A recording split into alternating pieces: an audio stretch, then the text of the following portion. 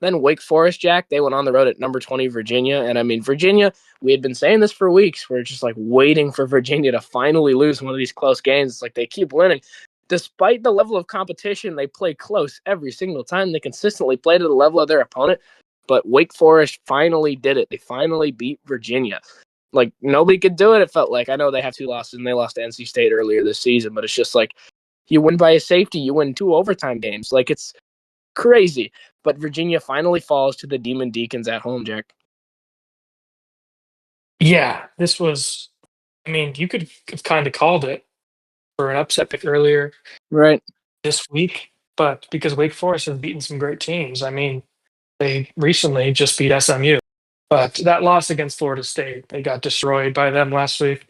That kind of pushed them out. But this is what you don't want. You don't want a team that's already kind of eliminated, like Wake Forest is. I mean, they're a great team, but they're kind of out of the CFP hunt after that loss to Florida State. Is kind of them kind of cannibalizing themselves in this Right. league, like SMU kind of did against Miami a Right. couple weeks ago, like Virginia did against Florida State earlier this year. Like that's what you just don't want. And this is how you teams that are just. Right. And we'll get into Right. the Louisville. Cal did the Louisville. Exactly. Yeah, right. This is not great for the league. It's not great for all these teams that are just losing to each other. And it's, I mean, we knew it was going to happen. Exactly. Like we just didn't know when. And this was one that you could have picked the Cal game. You could have picked the Louisville game, the Washington State game. I did pick the Cal game. Yeah. Or the Washington State game, even like Right. it's just so many. Oh, my It's God. insane. Yeah.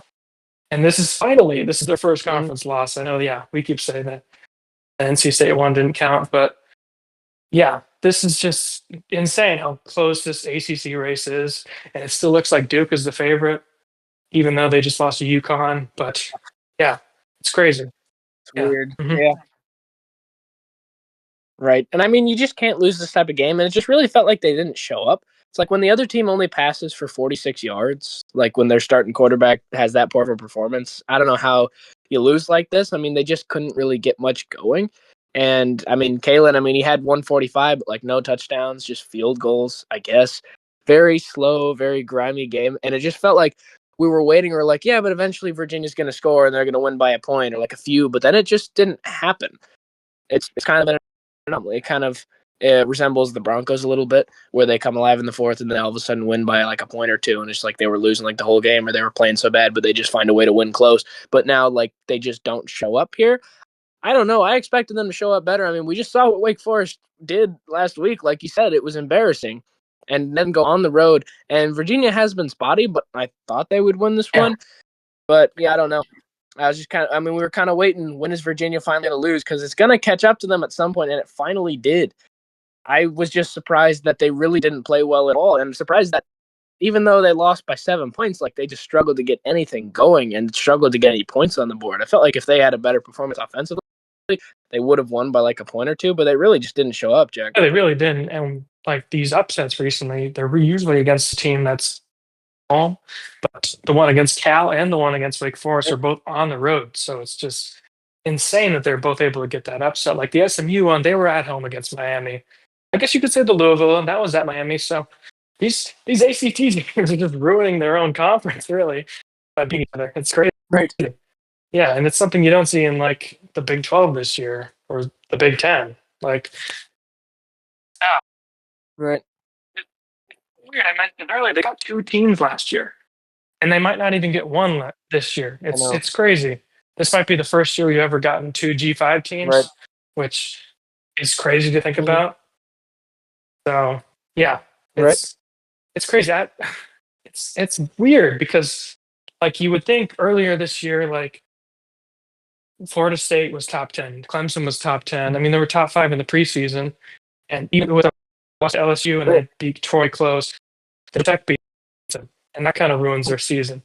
Georgia Tech just lost to NC State, Right. and Louisville lost 2 games in overtime. They're not great in overtime. It's crazy. And then Florida State, they lost 4 straight.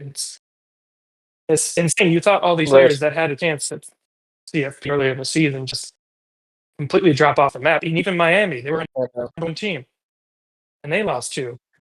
It's crazy, both in conference. It's just, and now that they're not even going to make it. We thought Miami was the best team in college football, and now they're just completely off the map. It's crazy how quickly this just turned around Right. for them. So yeah. I know the ACC really is struggling, and it felt like it was going to be a comeback year for them, but then they almost swapped places with the Big 12 a little bit Mhm. there. And I mean, we really thought they would be more competitive than this. And maybe you say like the conference as a whole is pretty competitive, but they continue to cannibalize themselves.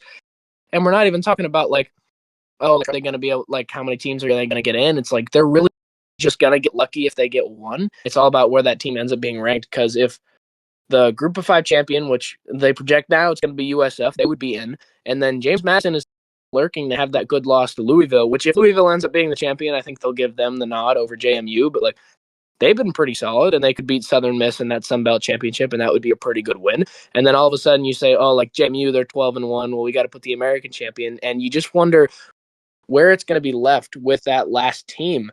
Is if Duke wins the ACC, I don't see how Duke is going to be ranked above JMU. Yeah. I don't know. I don't see it. Yeah. It's crazy. And Right. I know, like, I'm Right. surprised Duke is favored because SMU, they still only have one conference loss, and Virginia, they only have one, Right. and so does Georgia Tech. But I guess they're looking ahead because Georgia Tech probably will drop a couple more because they have Pitt and they have Georgia at a neutral site. So Right. I guess you Mhm. could say Georgia Tech has the best chance for the ACC, but I really don't see them being ranked highly Right. because I mean, you could say Mhm. they could split those games, but they're not beating Georgia. I really don't Mhm. see it. Maybe if they were at home, Right. yeah, that'd be great. Because I don't Right. want AAC, Right. I don't And want you're, ACC to yeah, miss the whole thing. I mean, that's so embarrassing. I know. Yeah, Right. yeah. I mean, this is the power conference. Right. Yeah. Right.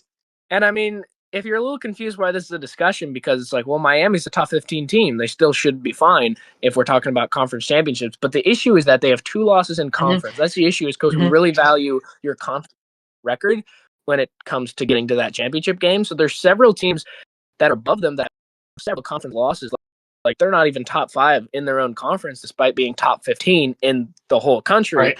And it's just like they have an outside shot to even get there. So if you're thinking, well, Miami is going to go, it's going to be USF and Miami, like JMU's not going to rise up to 15. They're not going to jump Miami, but it doesn't matter because if they're not a conference champion, it doesn't matter. That's what's so funny about this, because Miami only has 2 losses, but they're both in conference. So Duke, who is 4-1 in conference, who has 4 losses overall, is above Miami. Like that's what's so crazy about this, is that Duke has a way better chance of getting to that game than Miami does. Right. It's Right. crazy. And you could, even if they win out, like SMU is the head to head, and Georgia Tech only has one conference loss too. So all these other teams have a way better chance than Miami. It's just insane how Right. quickly as these. I mean, even they just beat Syracuse, but like Mm-hmm. that means nothing. That means it's just crazy. The Right. damage has already been done. It's insane. Right. Because you're looking at a scenario now where the cannibalism could continue because Pittsburgh plays Notre Dame this week.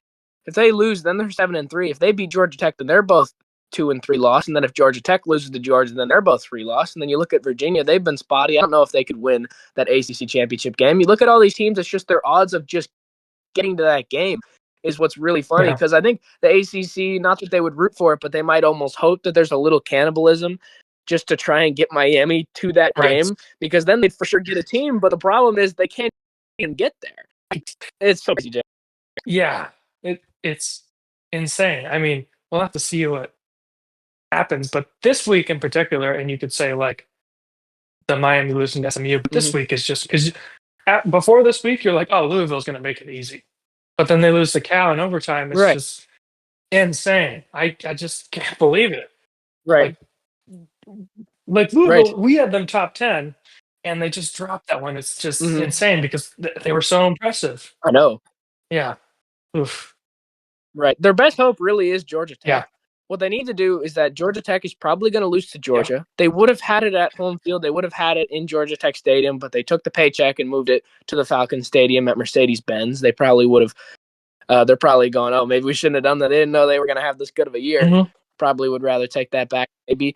But Georgia Tech, you're thinking, well, they're at 16. They should be fine. They're 5-1 in conference. They have a great chance to get to that game. But it's just the Pittsburgh game is interesting, especially Pittsburgh that may be coming off a loss against Notre Dame. I would be surprised if they win. Hey, if Pittsburgh ends up winning, maybe Pittsburgh just goes on a run here. But not only do you say that, but then if they win that game, then they're 6-1 in conference, and then they play Georgia Tech, which has no bearing on their like conference record. So they could lose that one. So who knows? Maybe they'll even have not even their starters in because there's no point in playing, because if they don't make the championship game, it doesn't matter. Because logistically, if they lose the ACC championship game, Jack, I don't see how they'd be able to move up into like the top 10 or whatever it ends up being the cutoff for the playoffs. So it's like, even if they get to that game, but then you're talking about they have to win that game. It doesn't matter. It's like, well, if they lose, they're a 10-2, ACC team, they're going to get jumped by JMU because they don't have that conference championship. Right. If Duke or SMU hoist that title, do you have confidence that they're going to be ranked higher than JMU? Because you think Miami and Georgia Tech, but it's just like Miami probably won't even make it to that game because of their conference losses. And then if Georgia Tech doesn't win the game, it doesn't matter. It's actually so crazy that ACC could get none. Right. And it was a terrible week for the ACC. It really was. Yeah. And SMU got in last year, even though they lost the championship. So it's just a complete reverse of what it was last year. And it's just a terrible week. I mean, they're just going to hope that Miami's ranked high enough and these teams still start to beat each other. Yeah, that's their only hope, really. Yeah. Right. And then SMU plays Louisville at home. If they win that one, but then lose on the road to Cal, there could be even more chaos. Man. Yeah. I mean, we'll see if these teams just keep splitting these games and just keep giving each other more losses, because I think, like, you kind of say, well, James Madison deserves that spot, maybe, but the American Conference is so great, and, like, I think that's the deepest. And in terms of group of five talent, like, they're kind of having a little bit of cannibalism themselves. I feel like that's the most talented. Like, I don't think you get as much in the Sun Belt. I think it's kind of like you go James Madison, Southern Miss, maybe you say Troy's pretty solid, but there's not like any like crazy teams. Right. And I think an American team would be more competitive. Yeah. Like there's teams in that conference that have SEC wins. Right. Yeah. So yeah, that's what I think, is that they're going to give more credit to the American. But then if James Madison is 12-1, as long as it's not Louisville that they're up against, who ends up winning the ACC, I don't know. But ACC is really on a really interesting risk that they could end up getting no teams, and the Big 12 could end up getting 3 teams.